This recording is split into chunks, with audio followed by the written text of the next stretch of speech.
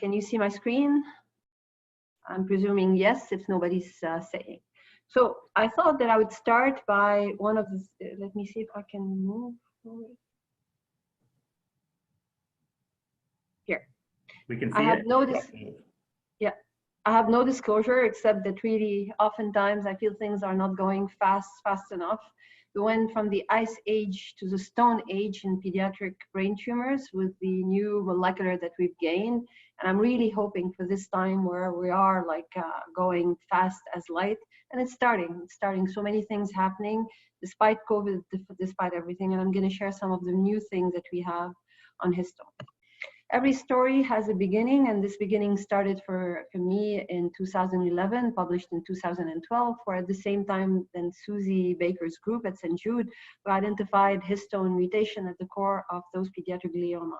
I always bring this slide because I think it's self-telling. It tells me that those tumors are really a different way of cancer, and this is what I'm going to try and convey throughout this lecture, is that even though cancer is one name, there are many ways to achieve it. And in this case, it's really development gone wrong. And why do I think that? Is because at the very beginning, when we identified those histone mutations, there was this specific spatiotemporal effect that we saw. If you are 5 to 7 years old, I'm sorry, 3 to 5 years old, you would have a tumor in the pons that we would call a DIPG, and you'll hear more through Mariella and Michelle about this. And you'll find the histone 3.1 K27M mutation.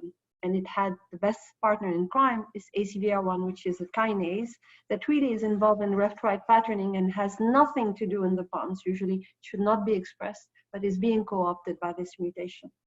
5 to 7 year olds still in the pons, still the IPG, this time it's K27M and a histone variant that histone 3.3 non-canonical, always associated with TP53 or PPM1D mutations.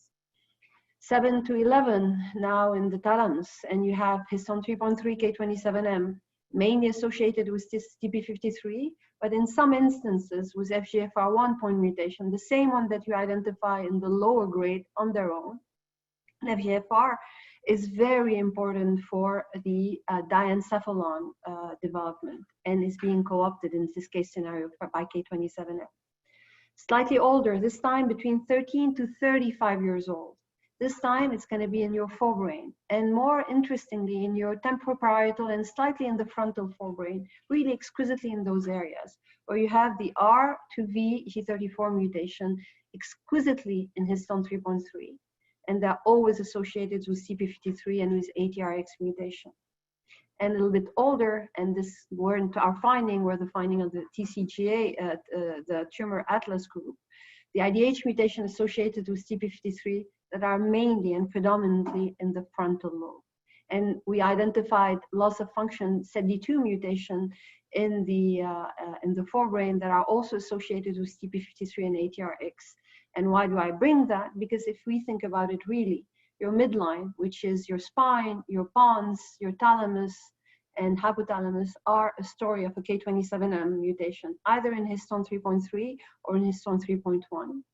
And your cortex is a problem in reading a lysine 36 on a histone 3 tail, whether it's SETD2, which mediates the trimethylation of lysine 36 in humans, and IDH or G34 that indirectly will affect the reading or the methylation of this lysine residue.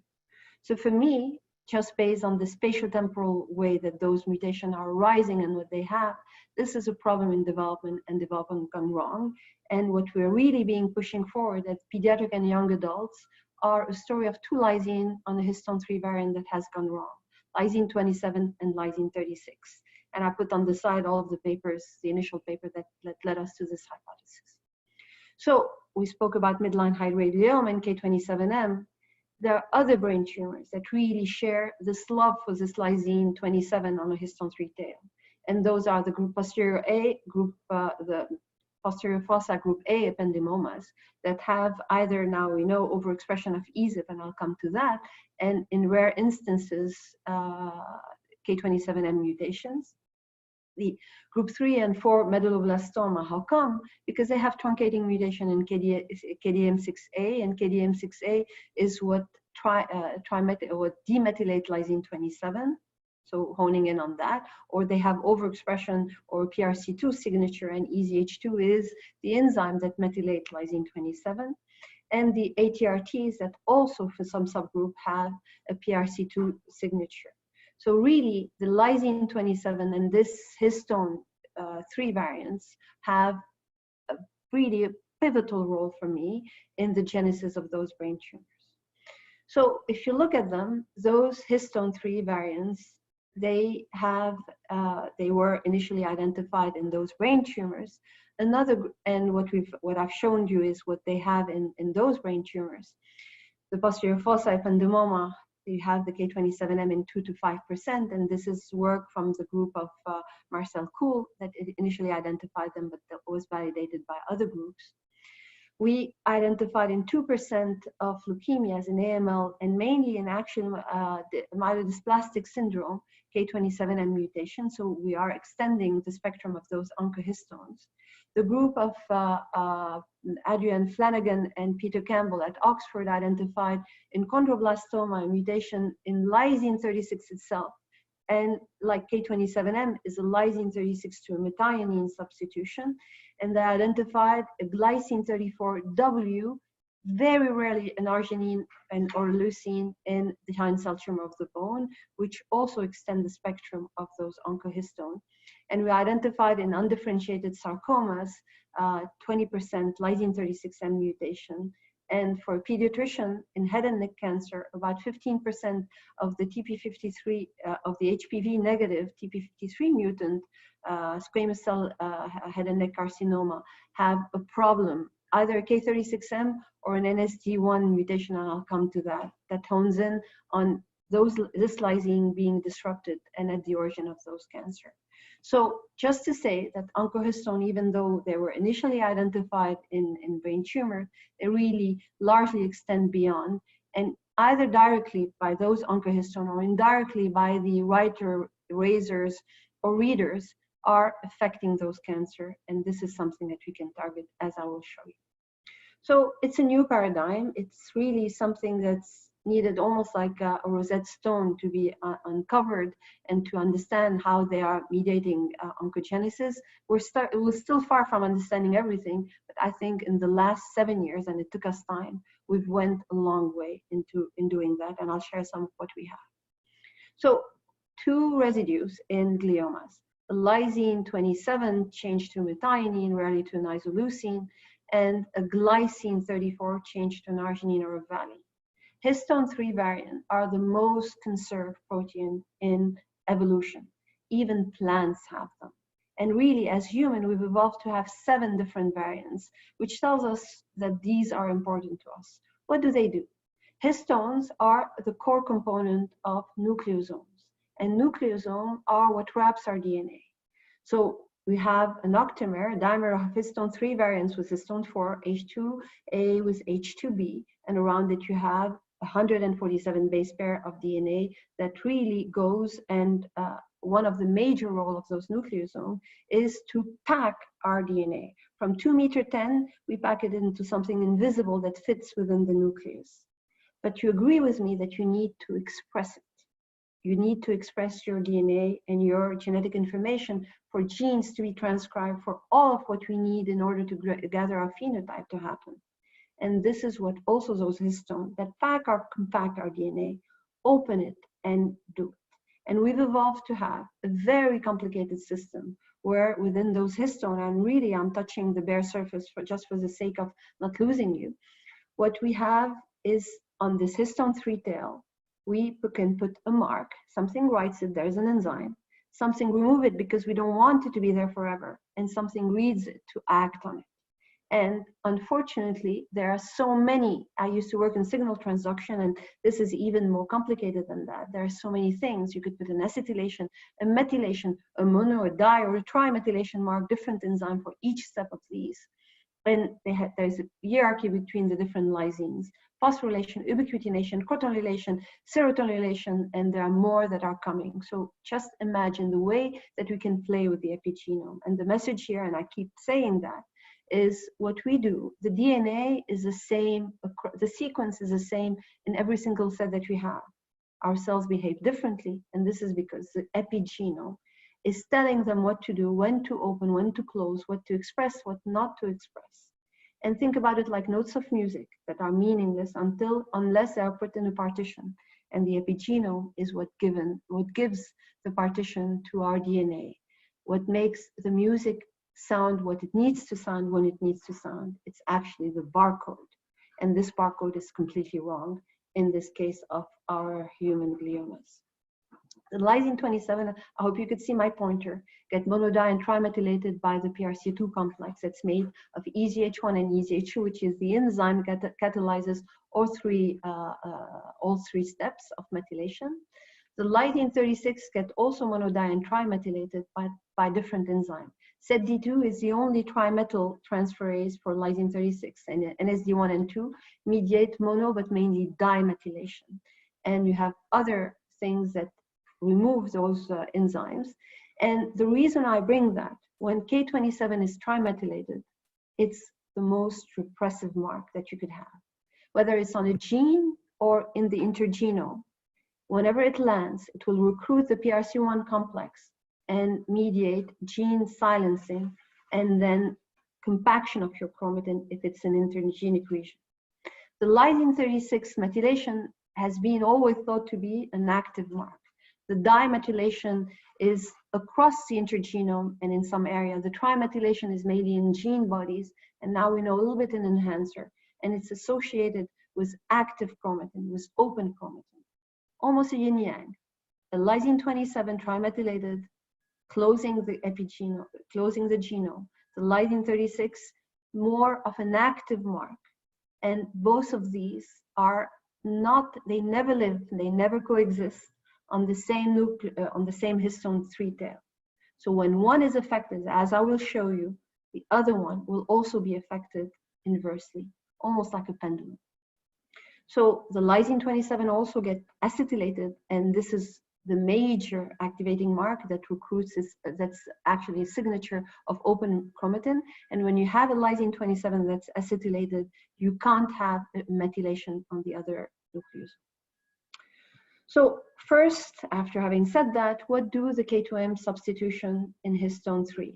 Remember I said the K27 changed to a methionine, the lysine 36 changed also to a methionine.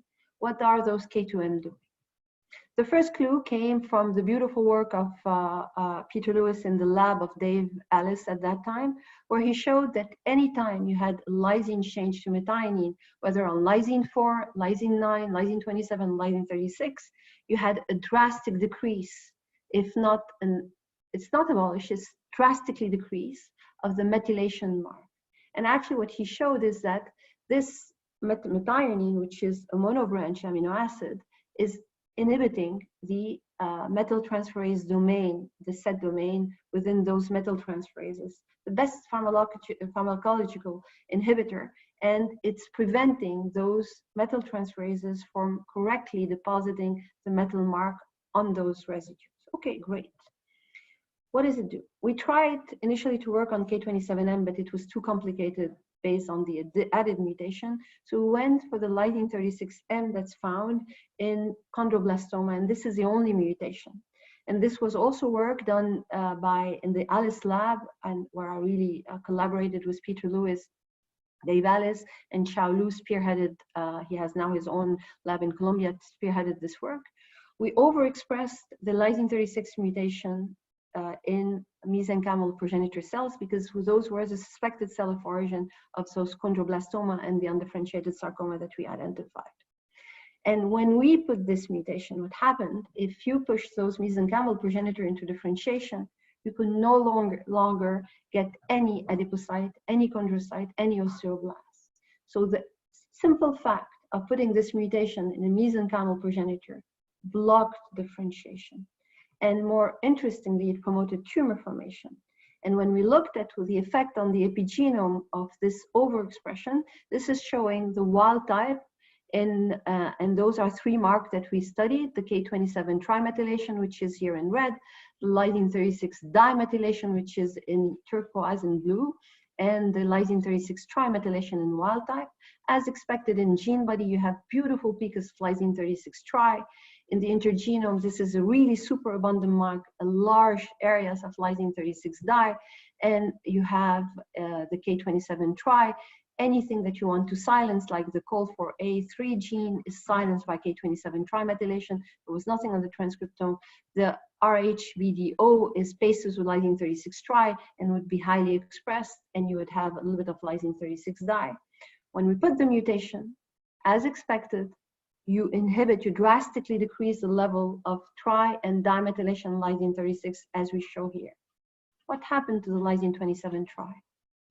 What we saw initially, while the lysine 27 tri was stopped by boundaries of lysine 36 di or tri, it had no more boundary and was able to actually go and deposit the mark throughout a lot of intergenic region, silencing this gene here that was active.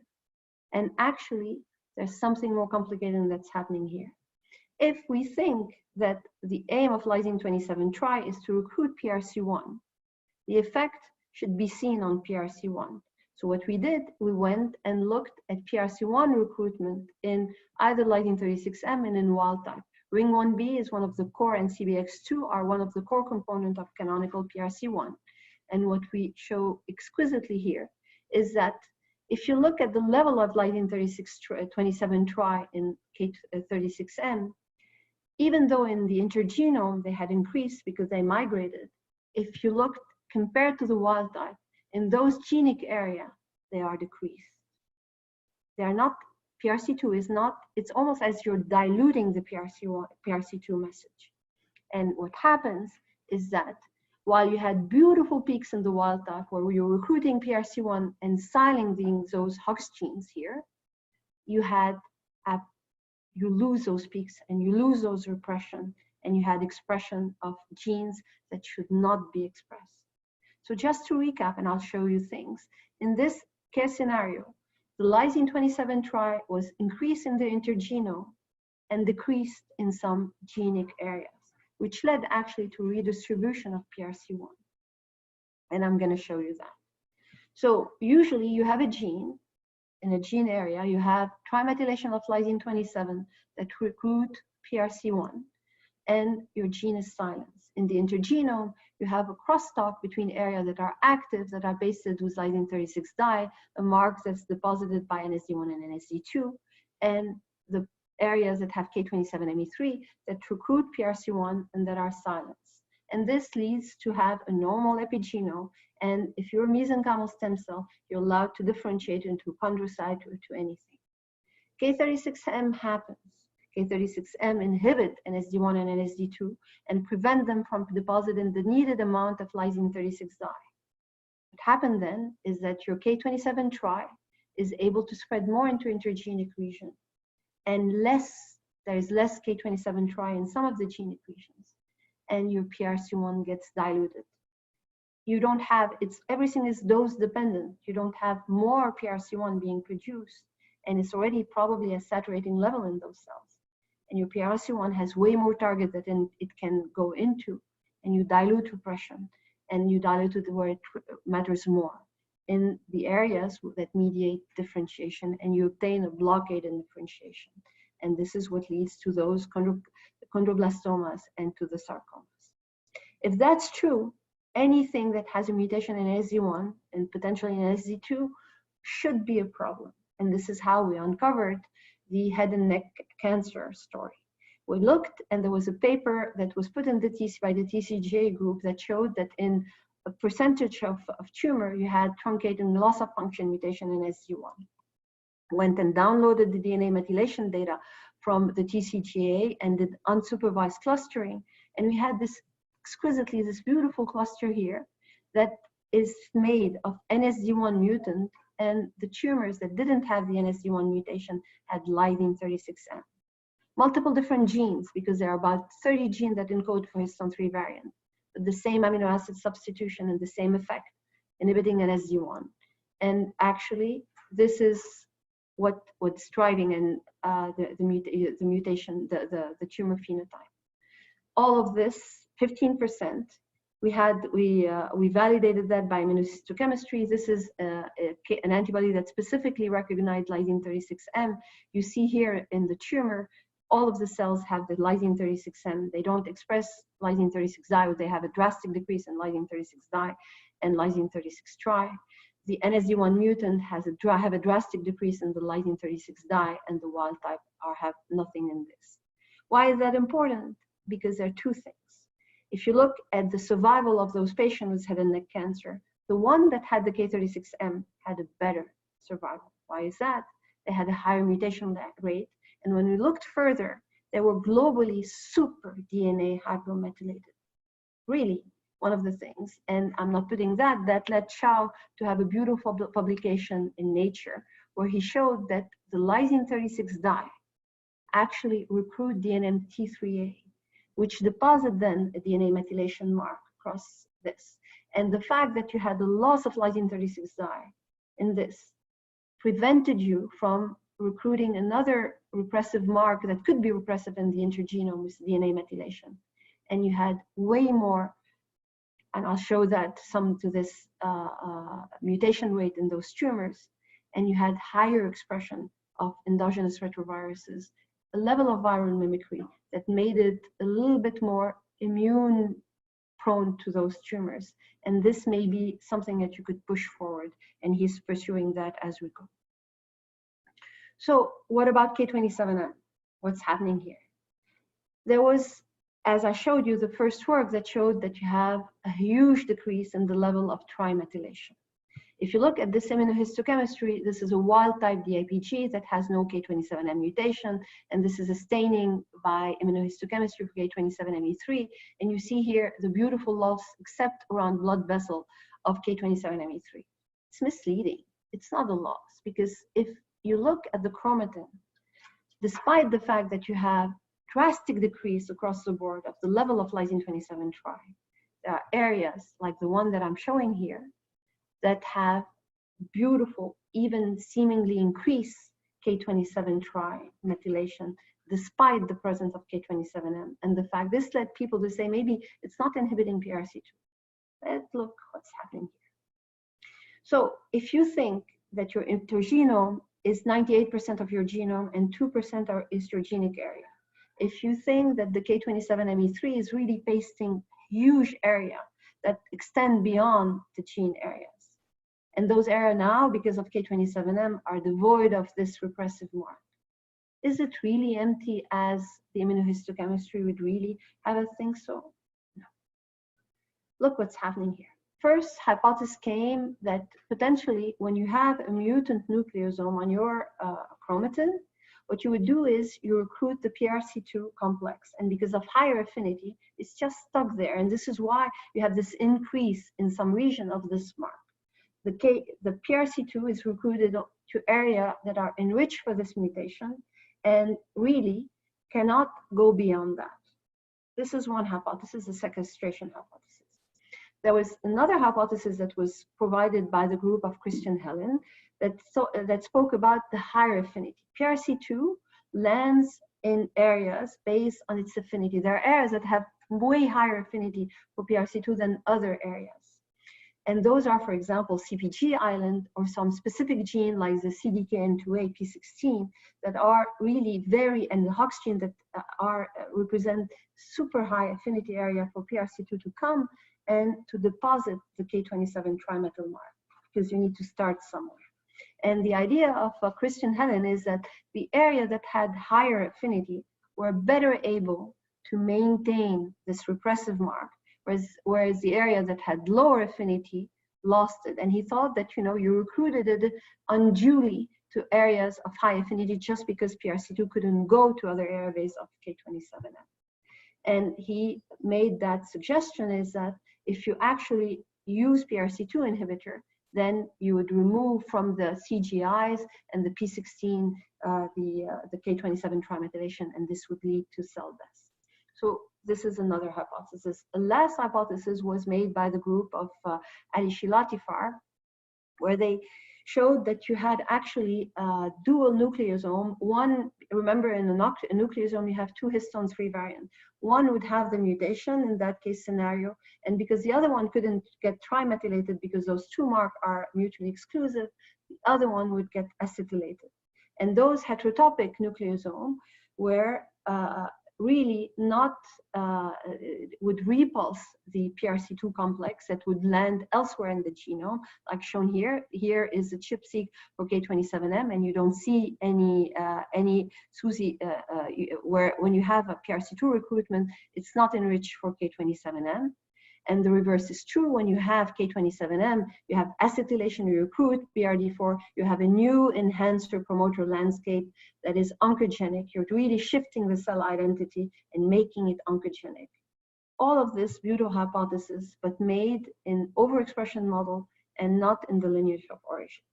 So this is what we did. We went and designed in primary cell line obtained from patients. We CRISPR'd out the mutation. And we did, if I tell you, I don't know how many CRISPR clone and unedited clone for each given cell line and not one cell line, probably 6 or 7 different cell lines to the same effect. And this is what we obtained. And this work was co-led by Jacek Majewski, really a long-standing collaborator, and by Ashot, who is a postdoc in my lab, and Brian, who is a graduate student in my lab, with Haifeng Chen, who was supervised by Jacek and a postdoc in Jacek's lab. So what we showed exquisitely is that you don't have a sequestration. You don't have a shift to stronger affinity sites of PRC2, and you don't have the repulse. PRC2 lands where it needs to land and can spread up to a point within a given cell cycle. This is showing anything that's red is a K27M mutant, anything that's blue is a CRISPR, in this case scenario is a wild type clone. You see that actually the K27ME3 is landing here, but look for the K27ME2. The K27ME2 is deposited by EZH2. It can go beyond. It's not sequestered. This is really around a large area of the epigenome. It can go and work. It's not being sequestered. And we had no new landing site. And when we removed the mutation, you were able to shift it to have the mark being redeposited. We didn't have new areas being deposited, just the mark being able to spread from the initial landing site of PRC2. So what we think is happening, PRC2 is able to be recruited normally within the lineage of origin. Happens K27M or K27M was there, it cannot spread the mark because within a given cell cycle, putting a di then a trimethylation mark take time. And this enzyme is already slow, and putting trimethylation is actually one of the slowest events. It takes a lot of time to put a trimethylation mark. So within a given cell cycle of a rapidly cycling progenitor, it cannot deposit enough K27ME3. It starts depositing the di which spread, and then the tri which stays there and cannot spread beyond. So it's not a question of repulse, it's not a question of stronger binding affinity, it's just a question of kinetics and of spreading. At least this is what we think. And this is even further validated by the fact that we've evolved, just because how hard and it is to put the K27 trimethyl mark, to have something that kicks off, that makes it go faster, which is EED. You need to reach a specific level of K27ME3, and then the EED kicks and put it and spread it, because you need K27ME3 to differentiate. Indeed, we an embryonic stem cell will have exactly like K27M, bare necessity for K27ME3, really sharp peaks and nothing more. Why? Because you want to have enough numbers of progenitor before you allow a given tissue to differentiate.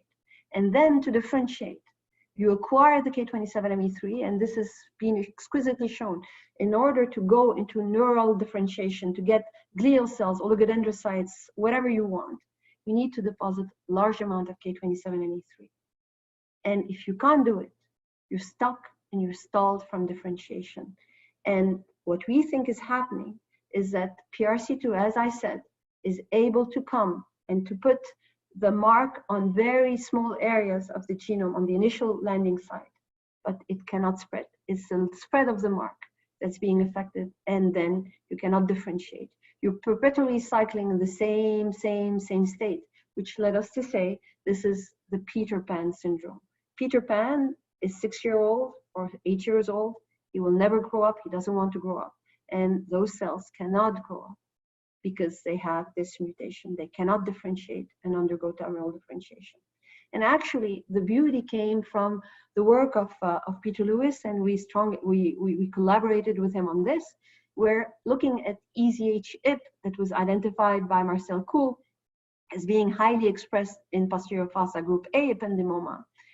The beauty of EZH, of K27M, is that it mimics something that's present very early in development, where you don't want to have too much of PRC2 activity in order not to foster too much of a rapid differentiation. EZH is expressed in the first trimester of gestation. It's expressed really in very limited number of cells, and we still are kind of trying to find what are those cells that it's expressed in, and it's never expressed after that. In PFA, it's get aberrantly expressed, and if you look at the chips of K27ME3, they look almost like identical to the K27M, and you have this restricted sharp peak of K27ME3. And when Peter looked at the sequence of EZH, there is 15 amino acids that are conserved across species. And those within those 15 amino acids is the K27M. And actually, he showed that this is really the area that has this K27, the peptide area around K27M, that makes the inhibitory peptide for EZH2. And K27M is just mimicking something that happened very early in development, where you're poisoning PRC2 and preventing it from mediating further differentiation. And if we looked at the ponds when those tumors arise, they are diagnosed already too late, like a black pons. And actually, there are some stories from where a kid for trauma or something else we discovered something in the pons at the age of 18 months that we follow, and it's only at 5 to 6 years that this becomes a tumor when it acquires other mutation.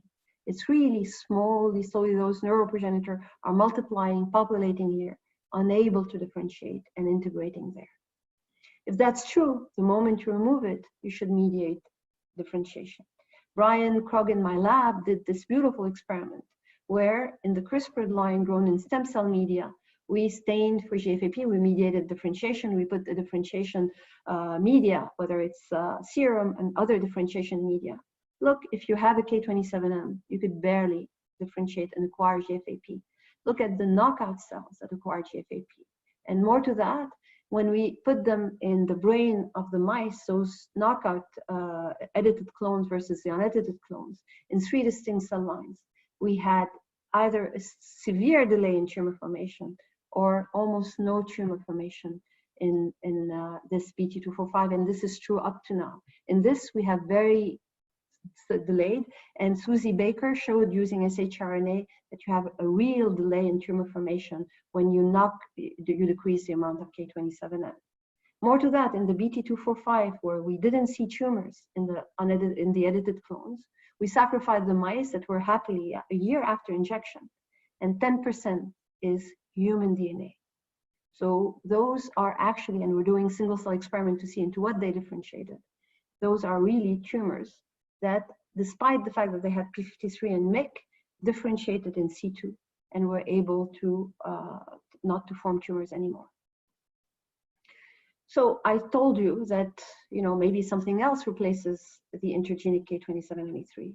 And this is also work done by Brian in collaboration with Steve Mack and Claudia Kleinman.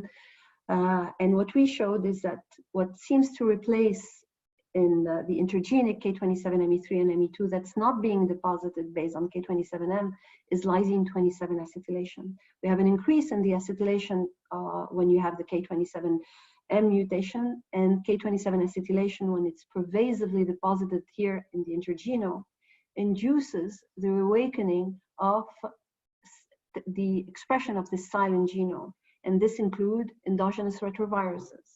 And maybe there's a level of viral mimicry that's already present at baseline, as we showed, that we could push further by even more rendering barren this intergenome. DNA methylation is another way to silence the intergenome. And if you use DNA demethylating agents in combination with HDAC inhibitor to boost up even more the K27 acetylation, you have a more immune-prone setup. And then we showed that in mice, this promoted increased survival. And maybe this way we could prime them for immune checkpoint inhibitor and other immune therapy that are in there. So understanding what's happening in this intergenic region is something that's important. So we went even further than that. So just to kind of recap, because I'm saying a lot of notion, if you have in the normal genome, you have your CGI that are pasted with K27ME3 and are usually repressed. You have your intergenic regions that are also pasted with K27ME3 and repressed. And you have some CPGs where some specific genes that are pasted with K27ME3 and they are repressed. In the case of K27M, what can happen is that you have actually the body, you have a strong decrease in the K27ME3 and ME2 deposition, which get replaced either by K27 acetylation, but as I will show you, and we have data in a paper that's in revision now, lysine 36 dimethylation. And this actually is oncogenic, similar to the lack of spread of the K27ME3. One stalls differentiation, the other one may take advantage and render the cell more oncogenic, and could be taken also for therapeutic manipulation, because if we further increase ERV expression, we could make the tumor more hot to the immune system and potentially beneficially use checkpoint inhibitor to the advantage of patients. I work on Drosophila because we used any model that we could to try and mimic that. Showed that I've been showing this slide forever, but we are more, this paper is finally in revision because we wanted to have more data as we went. When we use a Drosophila as a model and use different drivers to induce the expression of either K27M or K36M or histone 3.3 as a wild type control, what we saw is that we had similar phenotype for K27M and for K36M. When we use an eye driver, we had a hypotrophic eye. But more than that, when we looked more carefully and had more numbers, in K27 eyes, they were small, but they were rough and there was overgrowth, almost like tumors already forming in. And when we put them in a notch background that's primed for tumor, they not only had tumors, but they had tumors that metastasized, and that was mainly for the K27M expressing eyes and less so for the K36M expressing eyes. When we looked at how the cell polarity was done, and this is, we use F-actin. If you look here, you see the beautiful, how the eye in the Drosophila is a beautiful morphological composition. We're really very, very well defined. Look how messed up it is in the K27M and seems less in the K36M. But more interestingly, there was actually transformation that was happening. Within the iris, we had expression of ANT and wingless, which are actually homeobox genes that are repressed, that are never expressed in the developing eye. And the wing is expressed usually in wing disc and not in the eye disc.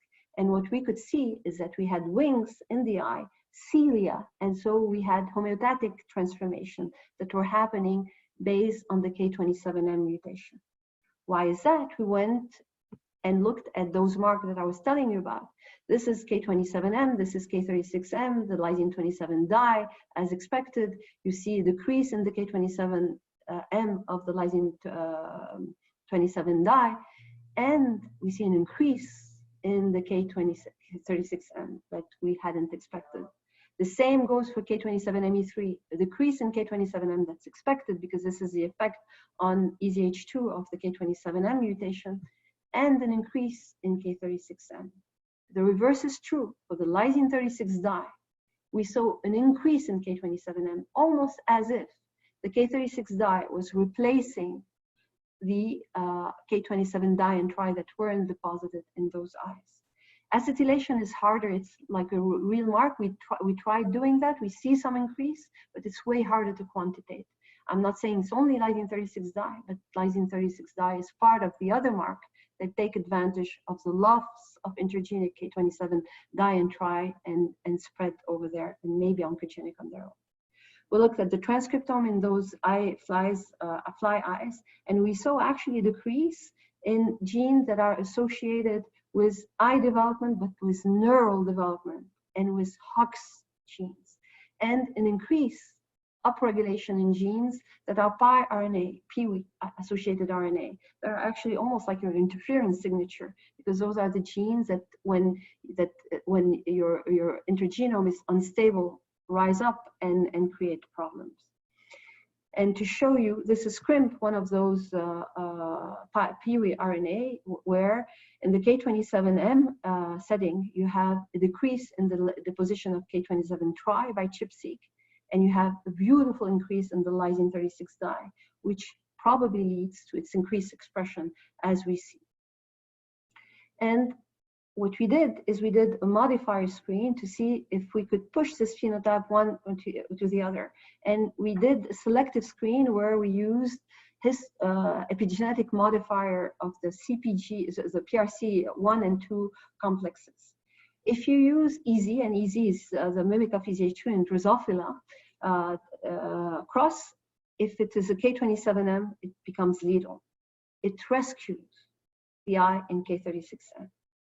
ASH1, which is a lysine 36 dimethyltransferase, rescue the K27M. And remember, I told you that you had an increase in the deposition of lysine 36 dye in those eyes, while it renders the K36M, because already they were living on the bare necessity for lysine 36 dye, it rendered it even smaller.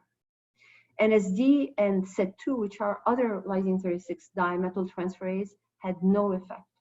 And that speaks probably, we think that all those enzymes are equal in depositing those marks, the lysine 36 dye and whatever, they're not. In the head and neck cancer, it's only NSD1, NSD2 and NSD3, ASH1 and SET2, SETD2 were normally expressed, and still we had a drastic decrease in the lysine 36 dye. It tells of a tissue specificity that really we need to account for. It's not the same for everything, which makes it a little bit more complicated, that to understand really what is it that's mediating the spread of the antagonistic mark in the given tissue that you're working on. So just to conclude on this part is understanding the fact that those mutations inhibit the set domain. This restricts the deposition of the metal mark at that specific loci. So you live on the bare necessity for K27Me3 and Me2 in K27M, and of lysine 36 di and tri for K36M. You could push them forward, and I'll that. It's what's happening here. So if you have, am I missing anything? No. So you have the K27, the effect on the mark, but then because you're not depositing elsewhere in the genome, there's nothing.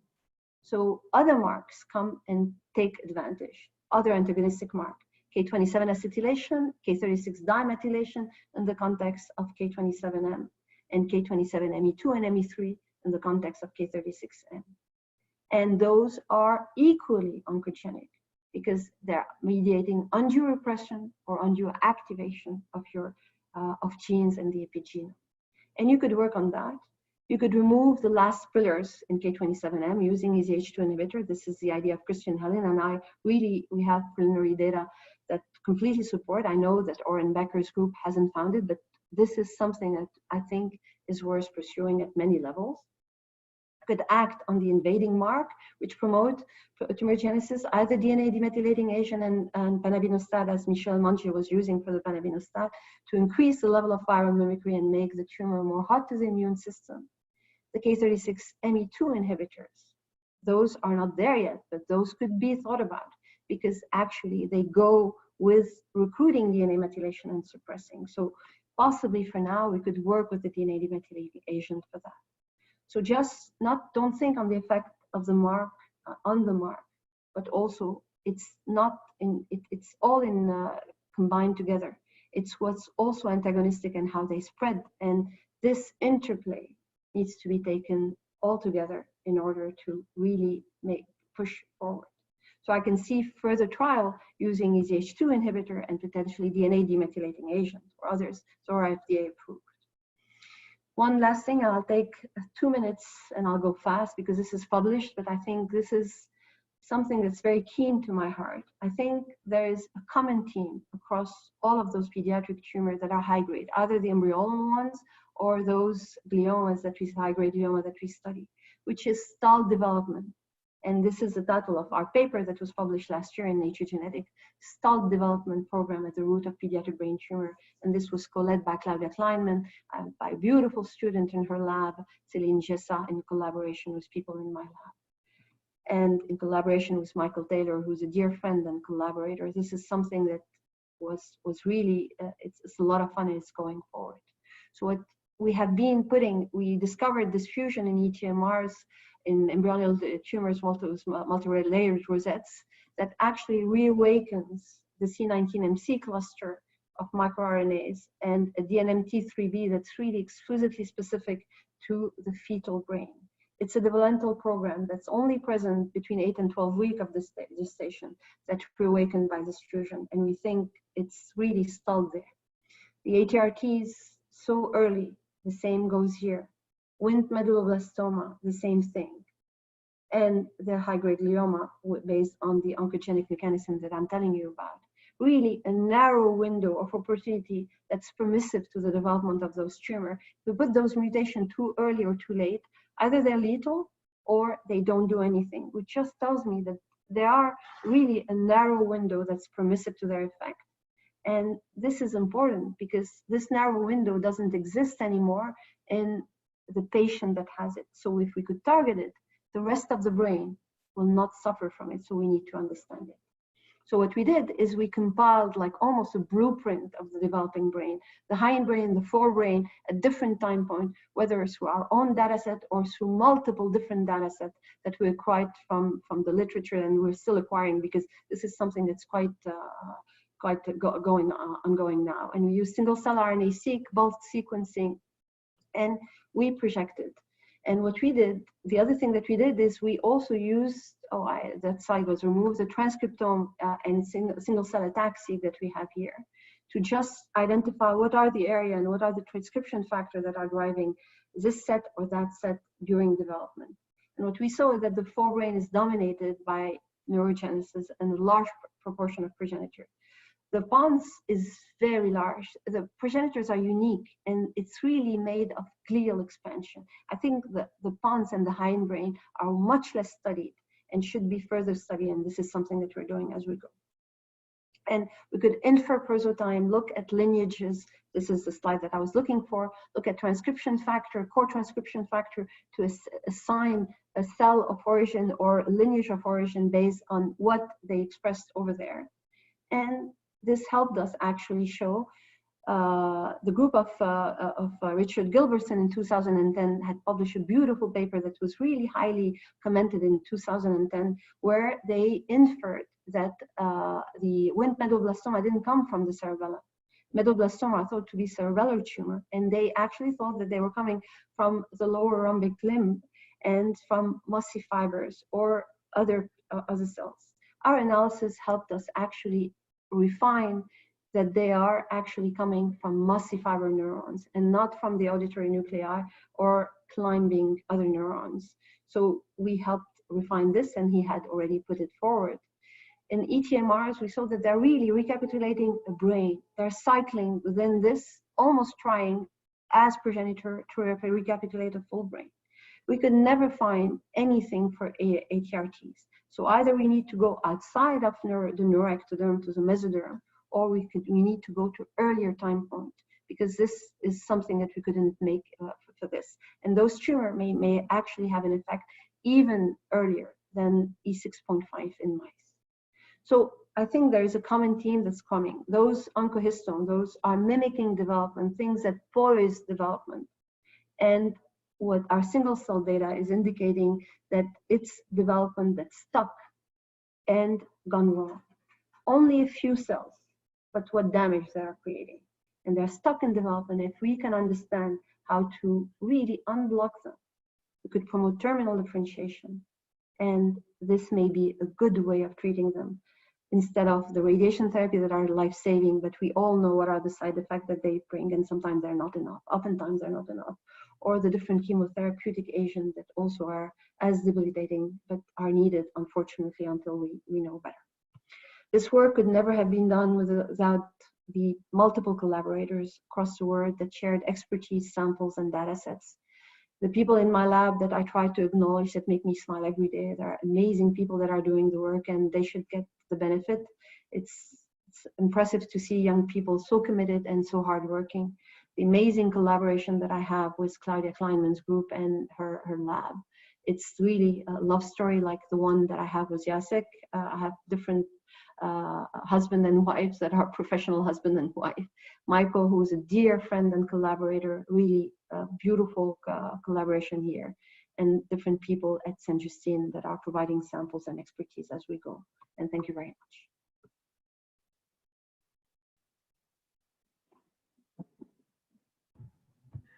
Thank you, Nada. That was amazing, and such passion for what you do. So we appreciate it. We have some questions that are coming in, so we're going to jump right into those if you're ready to keep going for a few minutes. I'm sorry I went longer, but that's my problem. I want to say more. No, but are you okay to do a few questions? Go ahead. Okay. First question comes from, let's see, Jaldeep. And the question is, which one is responsible for inhibition of gliogenesis as well as neurogenesis, K36M or K27M?